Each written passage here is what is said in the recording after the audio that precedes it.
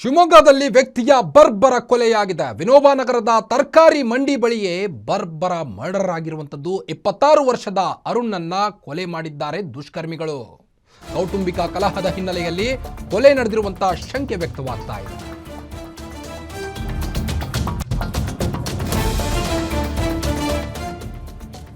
ಶಿವಮೊಗ್ಗದಲ್ಲಿ ಬರ್ಬರ ಕೊಲೆಯಾಗಿದೆ ವ್ಯಕ್ತಿಯೋರ್ವನನ್ನ. ವಿನೋಬ ನಗರದ ತರಕಾರಿ ಮಂಡಿ ಬಳಿಯೇ ದುಷ್ಕರ್ಮಿಗಳು ಮರ್ಡರ್ ಮಾಡಿದ್ದಾರೆ. 26 ವರ್ಷದ ಅರುಣ್ನನ್ನ ಕೊಲೆ ಮಾಡಿದ್ದಾರೆ ದುಷ್ಕರ್ಮಿಗಳು. ವಿನೋಬ ನಗರದ ತರಕಾರಿ ಮಂಡಿ ಬಳಿಯೇ ನಡೆದಂತ ಮರ್ಡರ್ ಇದು. ದುಷ್ಕರ್ಮಿಗಳು ಕೌಟುಂಬಿಕ ಕಲಹದ ಹಿನ್ನೆಲೆಯಲ್ಲಿ ಕೊಲೆ ಮಾಡಿರುವಂತ ಶಂಕೆ ವ್ಯಕ್ತವಾಗ್ತಾ ಇದೆ.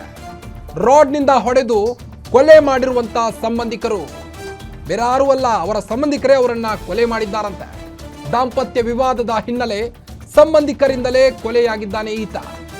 ಕಳೆದ 2 ವರ್ಷಗಳ ಹಿಂದೆಯಷ್ಟೇ ಮದುವೆಯಾಗಿದ್ರು ಅರುಣ್ ಎಂಬಾತರು. ಕಾಶಿಪುರ ತಮಿಳು ಕ್ಯಾಂಪ್ನ ನಿವಾಸಿಯಾಗಿದ್ದ ಮೃತ ಅರುಣ್ ಅವರು ಗಾರೆ ಕೆಲಸ ಮಾಡಿಕೊಂಡು ತಮ್ಮ ಒಂದು ಜೀವನವನ್ನು ಹೇಗೋ ಸಾಗಿಸ್ತಾ ಇದ್ರು.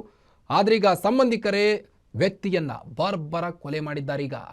ಮೃತ ಅರುಣ್ ಭೀಕರ ಕೊಲೆಯಾಗಿದ್ದು ಘಟನಾ ಸ್ಥಳಕ್ಕೆ ಎಸ್ಪಿ ಜಿಕೆ ಮಿಥುನ್ ಕುಮಾರ್ ಭೇಟಿ ಕೊಟ್ಟು ಪರಿಶೀಲನೆ ಕೂಡ ನಡೆಸಿದ್ದಾರೆ.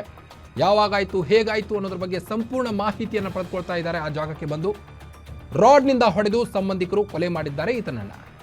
ಗಾರೆ ಕೆಲಸ ಮಾಡ್ತಾ ಇದ್ದ ವೃತ್ತಿಯಲ್ಲಿ ಅದೇಗೋ ತಮ್ಮ ಸಂಸಾರವನ್ನು ಸಾಗಿಸ್ತಾ ಇದ್ರು. ಆದರೆ ಫ್ಯಾಮಿಲಿ ಕ್ಲಾಶ್ನಿಂದಾಗಿ ಸಂಬಂಧಿಕರೇ ಈಗ ಹೊಡೆದು ಕೊಂದಿದ್ದಾರೆ 26 ವರ್ಷದ ಅರುಣನ್ನ.